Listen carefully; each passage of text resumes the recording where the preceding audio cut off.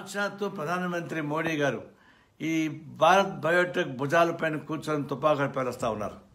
Municipal corporation ఎన్నికల్లో లబ్ధి పొందడానికి కోవిడ్ని అడ్డం పెట్టుకొని భారత్ బయోటెక్ని సందర్శించేటువంటి పేరుతోటి వీటికి వస్తున్నారు. నిజంగా భారత బయోటెక్ సందర్శించే క్రమం ఉంటే రాష్ట్ర ముఖ్యమంత్రిని కూడా దానిలో పెట్టుకుండాల్సింది. మరి రాష్ట్ర ముఖ్యమంత్రి ఎందుకు నిరాకరిస్తున్నారు?